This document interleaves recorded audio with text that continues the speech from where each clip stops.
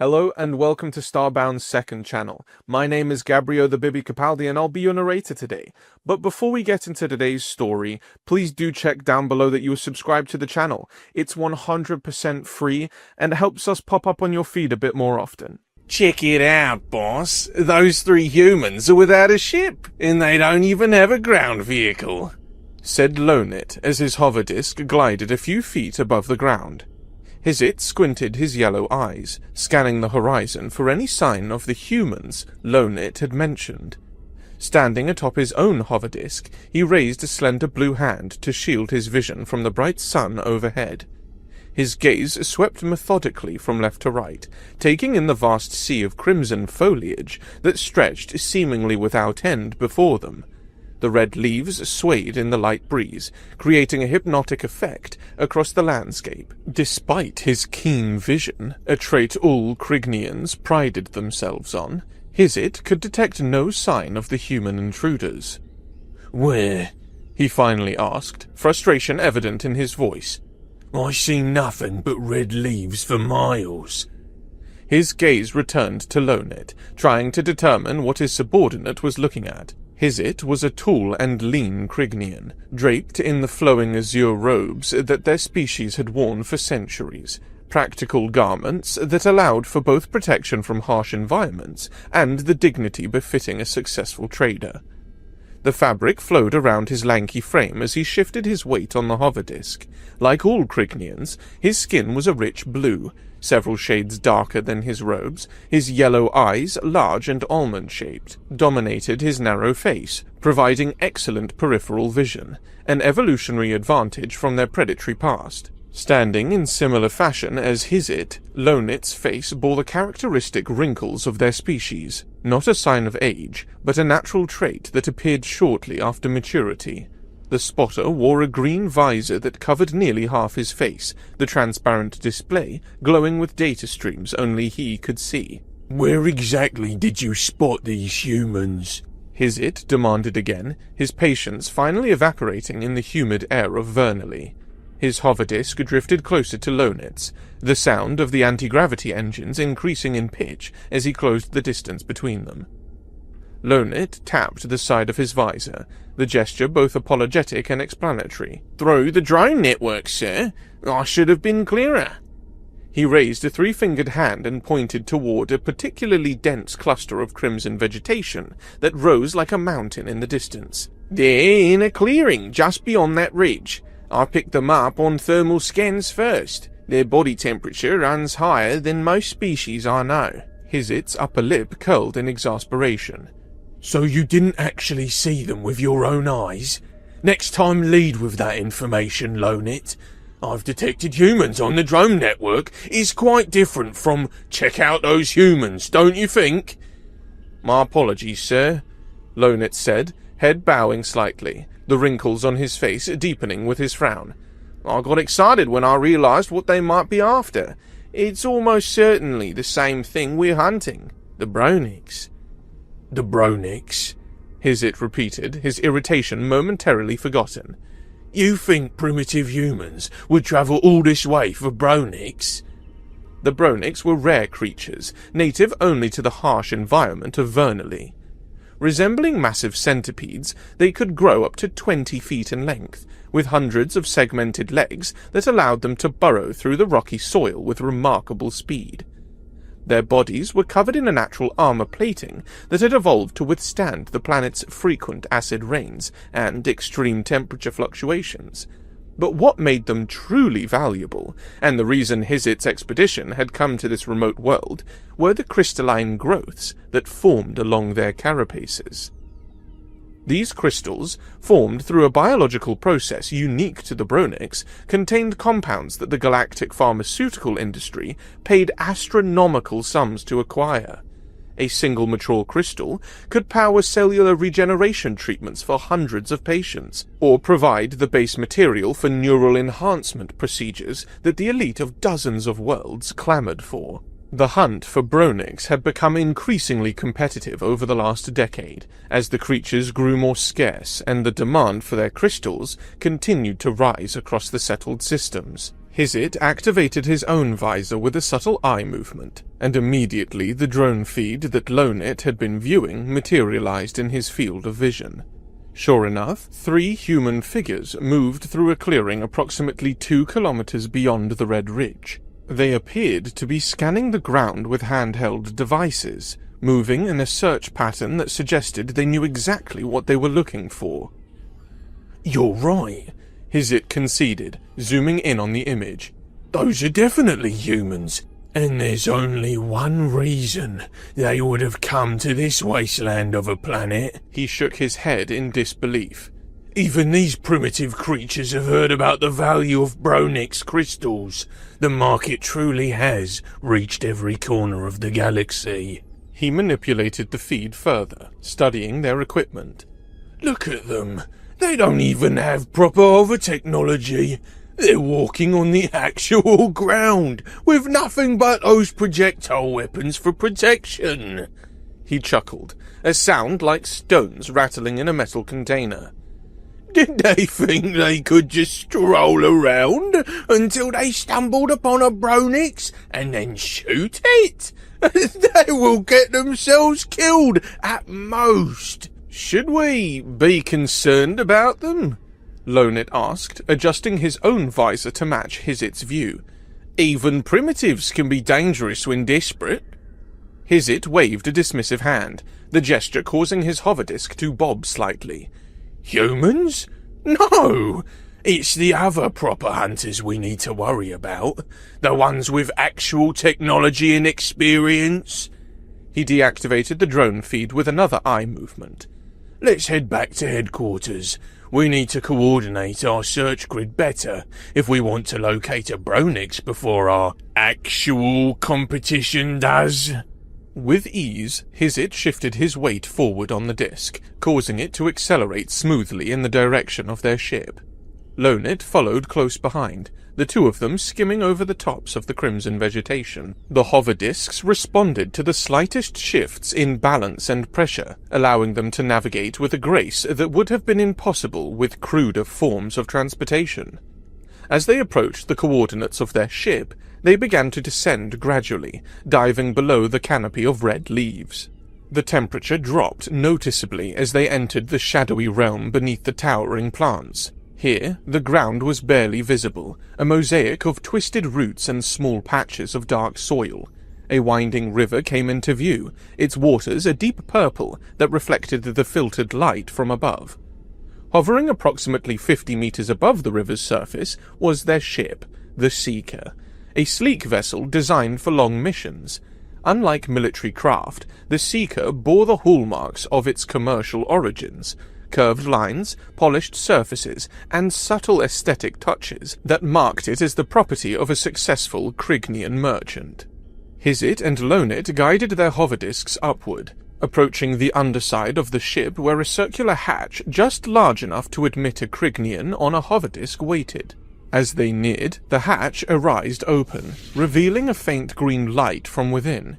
In a matter of moments, they ascended through the opening one after another, the hover disks automatically powering down as they entered the ship's gravity field. They arrived directly in the bridge, a spacious, circular chamber that served as the nerve center of the ship. Unlike the crude vessels of less advanced species, there were no physical control panels or screens. Instead, the bridge was remarkably spare, with comfortable seating arrangements and a few decorative elements that reflected Krignian artistic sensibilities. Waiting for them was Krazad, the ship's captain and chief drone operator. Like all Krignians, he shared the blue skin and yellow eyes of his species, but his face bore more prominent wrinkles, and a series of small scars along his left jawline hinted at a more adventurous past than most of their kind. He rose from his seat as Hizit entered, offering a slight bow of respect to the businessman who had hired him and his ship for this expedition. "Welcome back, sir," Krazat said, his voice deeper than Lonit's.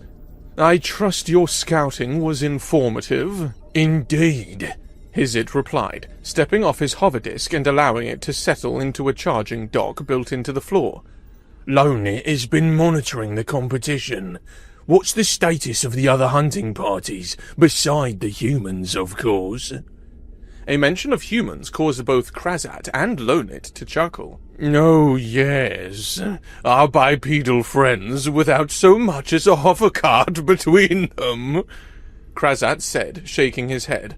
Walking around on those two legs with their little guns, as if they have any hope of capturing a Bronix. They might get lucky, Lonit offered, though his tone suggested he didn't believe it.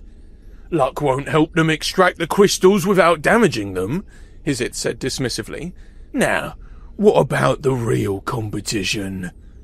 Krazat gestured with one hand, and a virtual window appeared in their shared visual space. The image showed a different part of the Vernally landscape, a rocky plain dotted with the same red vegetation, though sparser than in the region Hizit and Lonit had been exploring.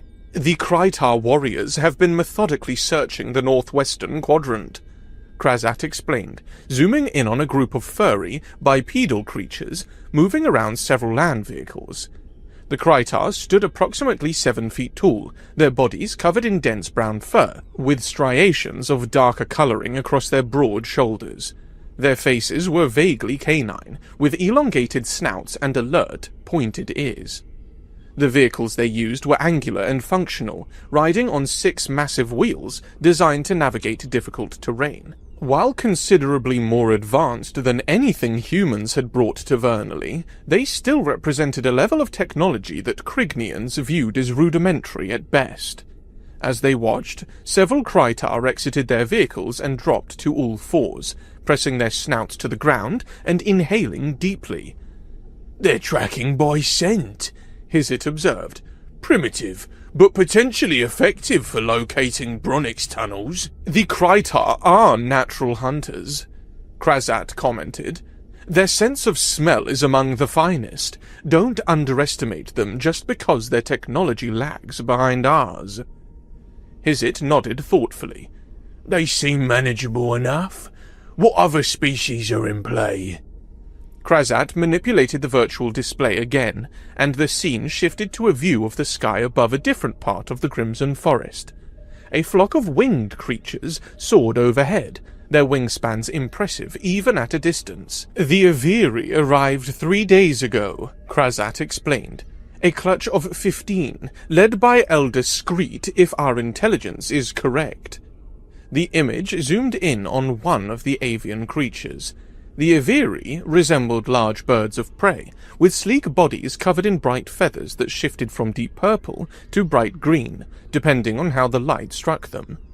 Their heads were dominated by large, forward-facing eyes, adapted for spotting prey from great heights, and curved beaks that looked capable of tearing through tough materials. Unlike true birds, the Aviri had developed grasping appendages at the joint of each wing, allowing them to manipulate tools and technology while still maintaining their ability to fly.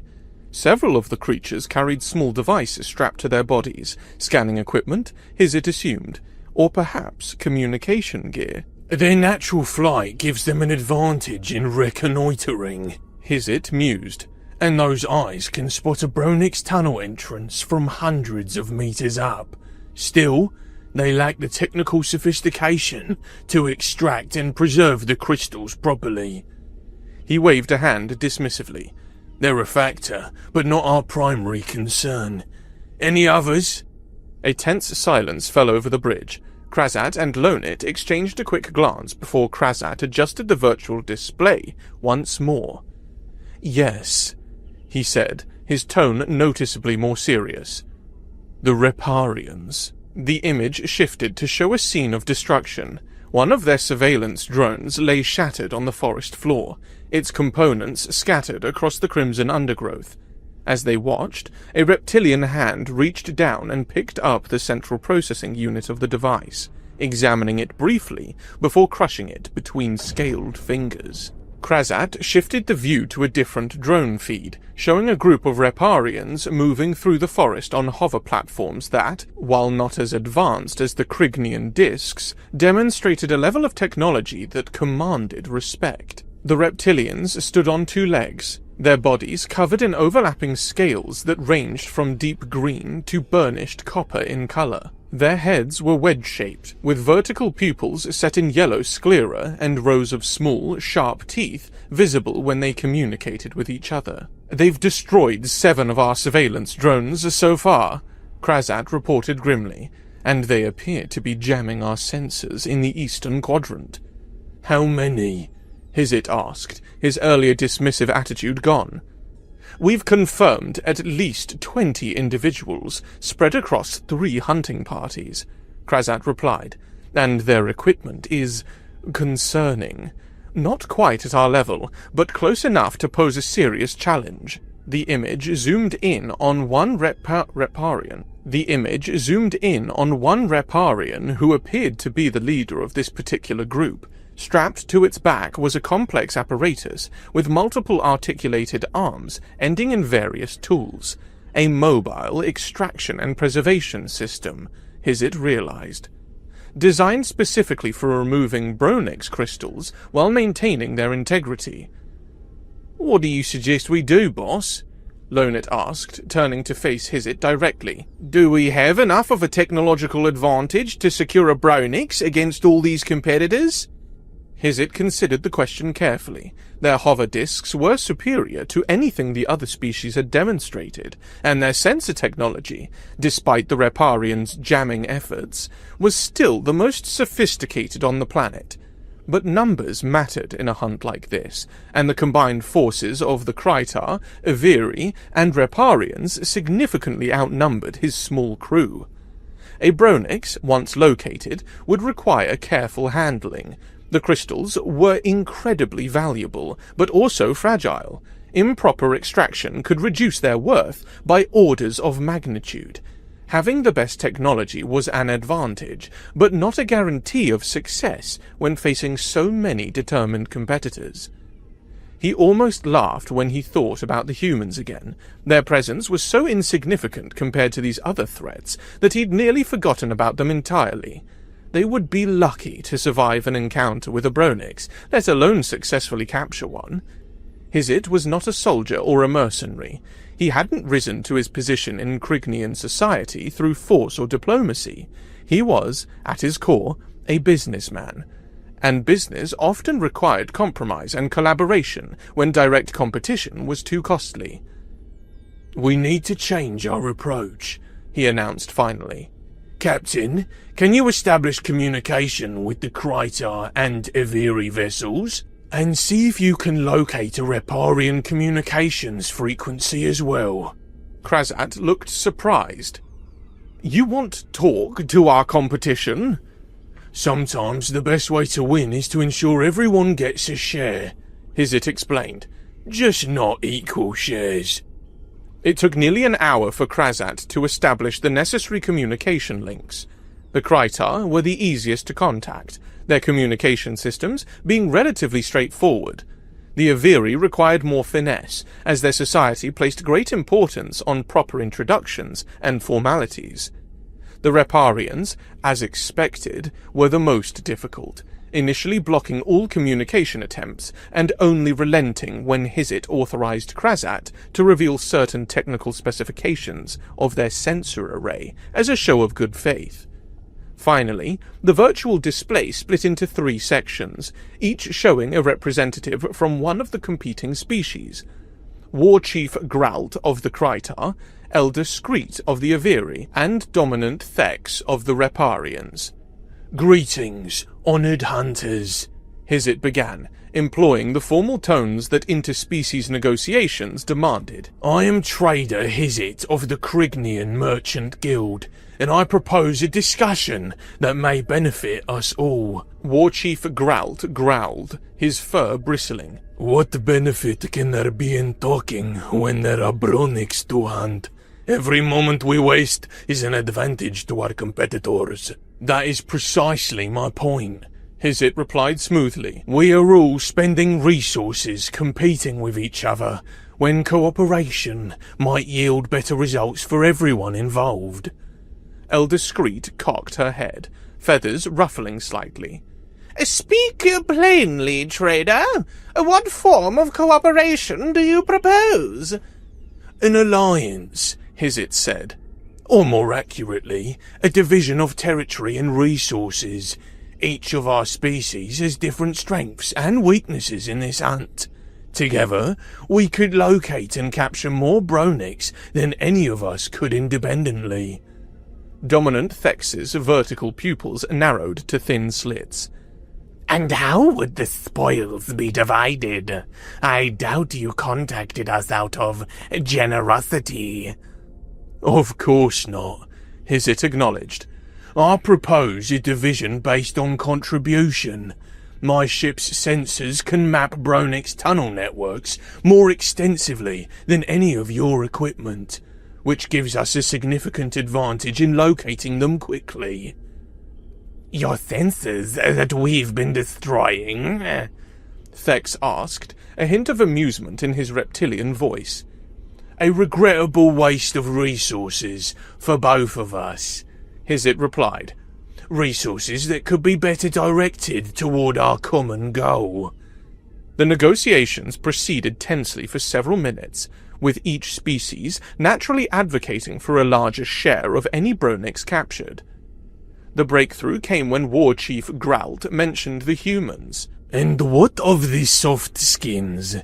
He asked. They too hunt the Bronics, though they crawl like larvae across the ground. His comment elicited rumbling laughter from his warriors visible in the background of his transmission. Elder Screet's beak clacked in what Hizzit recognized as the Aviri equivalent of laughter. Humans, with their fragile bodies and blunt claws, what threat could they pose? Even the usually stoic reptilian, Thex, joined in the mockery. They brought projectile weapons to hunt Brunics, he said, his scaled lips pulling back to reveal more of his teeth in what might have been a smile. As if a bullet could penetrate a Bronic's carapace without shattering the crystals inside. Hizzit seized on this moment of shared amusement. Indeed, the humans are no threat to our operations, which is why I suggest we exclude them entirely from our agreement. Let them waste their time. It makes no difference to our success. This point of agreement shifted the tone of the negotiations. With the humans dismissed as irrelevant, the four species found it easier to focus on dividing the spoils among themselves. Hizzit skillfully leveraged their superior technology to argue for the largest share, while acknowledging the valuable contributions each species could make. The Krytar's tracking abilities would help locate areas where Bronics had recently passed. The Aviri's aerial reconnaissance could cover vast territories quickly. The Reparians' experience with similar prey on their homeworld made them valuable for predicting Bronics' behavior patterns. As they finalized the details of their cooperation, the mockery of the humans continued to serve as a kind of social lubricant, a shared joke that helped bridge the gap between these very different species. Perhaps we should capture one as a pet, War Chief Gralt suggested, prompting more laughter. Teach it to fetch a small game for us. They might make adequate servants, Elder Screet mused, though their lack of wings would limit their usefulness. Dominant Thex began, but was interrupted by urgent chittering from off-screen. Before the reptilian could speak, Krazat suddenly stepped forward, his wrinkled face contorted with surprise and concern. "Sir," he said urgently to Hizzit, "our sensors have detected a massive Bronics signature. It appears to be engaged in combat with the humans." "What?" Hizzit turned to the shared virtual display, where Krazat quickly brought up a drone feed from the location Lonit had identified earlier. The image was chaotic but clear enough. A full-grown Bronix, at least 18 feet long, had emerged from beneath the crimson vegetation. Its segmented body thrashed violently, hundreds of legs scrambling for purchase as it tried to defend itself or escape. And there, darting around it with surprising coordination, were the three humans they had dismissed so readily. "That's impossible," War Chief Grout growled through the communication link. How could they have found the Bronix before any of us? The drone feed zoomed in closer, showing one of the humans firing not a crude projectile weapon, but some kind of energy device that emitted pulsed bursts of light. Each burst struck the Bronix's carapace and seemed to temporarily immobilize the segment it hit without damaging the crystals embedded there. "What technology is that?" Elder Screet demanded, her feathers fully extended in agitation. "Humans shouldn't have access to targeted neural disruptors." Dominant Thex hissed, a sound that translated clearly even through the communication system. "This changes our arrangement. If the humans capture that Bronix—" "They won't," Hizit interrupted, his business instincts giving way to a more primal competitive drive. "That Bronix and its crystals should belong to those with the technology and expertise to properly harvest them. These humans have no right to such a prize." The representatives of the other species voiced their agreements, their earlier mockery of the humans replaced by urgent concerns and indignation. "I propose we converge on their location immediately." Hizit continued, already gesturing to Lonid to prepare their hover discs. "The humans may have found the Bronix through pure luck, but they won't be keeping it. Not if we have anything to say about it." As the communication links dissolved and the three Krignians rushed to mobilize, none of them noticed the small anomaly in the drone feed. A slight distortion in the air above the battling humans, a ripple in reality that might have been a heat mirage, or something else entirely. Unaware of this, Hizit and his crew acted before thinking. Within moments of enduring their communication with the other species, they were mounted on their hover discs and dropping through the circular hatch on the underside of their ship. The humid air of Vernally hit them like a wall as they exited the climate-controlled environment of the vessel. "Maximum speed," Hizit ordered, leaning forward on his disc. The device responded instantly, accelerating to its top velocity with a high-pitched whine. Lonit and Krazat followed close behind, their robes whipping in the wind as they skimmed over the crimson canopy below. The red leaves became a blur beneath them, occasionally parting to reveal glimpses of the dark ground far below. The sun beat down from above, casting its shadows as dark streaks that raced across the undulating surface of the forest. Hizit's eyes narrowed against the rushing air, fixed firmly on the rocky outcropping that marked their destination. "Distance?" he called back to Krazat, who was monitoring their position through his visor. "Very close," the captain replied. "Sensors indicate multiple species converging on the target area." As they approached the rock formation, a jagged spire of weathered stone that rose above the sea of red vegetation like the dorsal fin of some ancient aquatic predator. Hizit spotted movement in the sky. A group of Aviri circled overhead, their wings reflecting the sunlight as they spiraled down toward the same destination. From the west, the vehicles of the Kritar kicked up clouds of crimson leaves as they barreled across the forest floor, and already waiting at the base of the rock formation were several Reparians, their hover platforms arranged in a defensive semicircle as they monitored the approaching groups with obvious suspicion. Hizit gestured for his companions to slow their approach. "Let's not rush in," he advised, bringing his hover disc to a halt some distance from the Reparians. "The humans won't be going anywhere with that Bronix. Not with all of us here."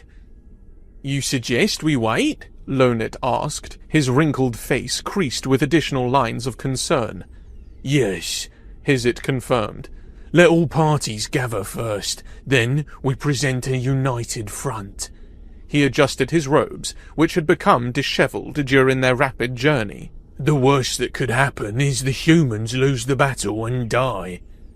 They watched as the Aviri landed gracefully on outcroppings of the rock formation. The Kritar vehicles ground to a halt nearby, kicking up a final spray of red vegetation before their six-wheeled chassis settled into silence. War Chief Grout emerged from the lead vehicle, sniffing the air with obvious agitation. Dominant Thex, the Reparian leader, slithered forward on his hover platform to meet Hizit. "The humans are on the other side," he hissed, his vertical pupils contracting to thin lines in the bright sunlight. "They appear to have subdued the Bronics." "Impossible!" Elder Screet screeched, descending from her perch to join the gathering. "Their weapons were crude projectile devices. They couldn't have—" "See for yourself," Thex interrupted, gesturing toward the rock formation. Hizit exchanged glances with his companions, then addressed the assembled leaders. "I suggest we approach together. The humans are outnumbered and outmatched. They'll have no choice but to surrender the Bronics to us." A chorus of agreement met his proposal, with calculated slowness, a show of confidence rather than caution. Hizit lowered his hover disk until it was just a few feet above the ground. The others followed suit, creating an impressive procession of diverse species united by a common purpose. Hizit led them around the base of the rock formation, the hover disk silent. As they rounded the final curve, the clearing came into view, and with it, the scene that had so shocked Dominant Thex. The Bronics lay motionless on the ground, its segmented body stretched out across the clearing like a fallen tree. Its hundreds of legs were still, its armored carapace dull in death. Standing around it were the three humans they had dismissed so casually earlier. Each held what Hizit now recognized as advanced sonic weapons, far more sophisticated than the kinetic he had mocked, though the trio still carried them. The humans turned as one at the approach of the alien procession. Without hesitation, they raised their weapons, the devices emitting a low, threatening glow as they powered up. Hizit halted the procession with a raised hand, then glided forward a few meters on his hover disk. He kept his posture tall and imposing, refusing to show the surprise he felt at the humans' apparently advanced weaponry. "You have killed a Bronix," he stated flatly. "That creature is the rightful property of our consortium." The tallest human, a male with dark skin and close-cropped hair, stepped forward, his weapon still raised. "Strange. We didn't see your name on it." "Names are irrelevant," War Chief growled, pushing his hover vehicle forward to stand beside Hizit. "That Bronix belongs to those with the technology and expertise to properly harvest its crystals." "Which clearly isn't you," another human responded, this one smaller, with pale skin and hair the color of Vernally's red vegetation. "Considering we're the ones who found and subdued it." "You will surrender the creature to us immediately," Elder Screet demanded, her wings spreading wide in an instinctive display of dominance. The third human, medium height with features that suggested ancestry from Earth's eastern regions, tilted their head curiously. "Aren't introductions customary before making demands, or is rudeness standard for all your species?" Dominant Thex hissed, his scales stiff. "We have no reason to exchange names with creatures who will soon depart without their prize. We are not here to make friends, humans." The three humans exchanged glances, a silent communication passing between them. Then the dark-skinned one shrugged and lowered his weapon slightly, not enough to suggest surrender, but enough to indicate a willingness to talk. "And what if we don't comply? What if we decide to keep what we worked hard to find?" Hizit gestured expansively at the assembled aliens, at least 30 individuals from 4 different species, all armed, all hostile. "You are technologically inferior and vastly outnumbered. Your opinions on the matter are irrelevant." "Besides," Lonit added, unable to resist a final jab, "you don't even possess the technology to extract the crystals without destroying them. What would you do with the Bronix, even if we allowed you to keep it?" The humans exchanged another set of glances, and then, to Hizit's surprise, all three simultaneously lowered their weapon.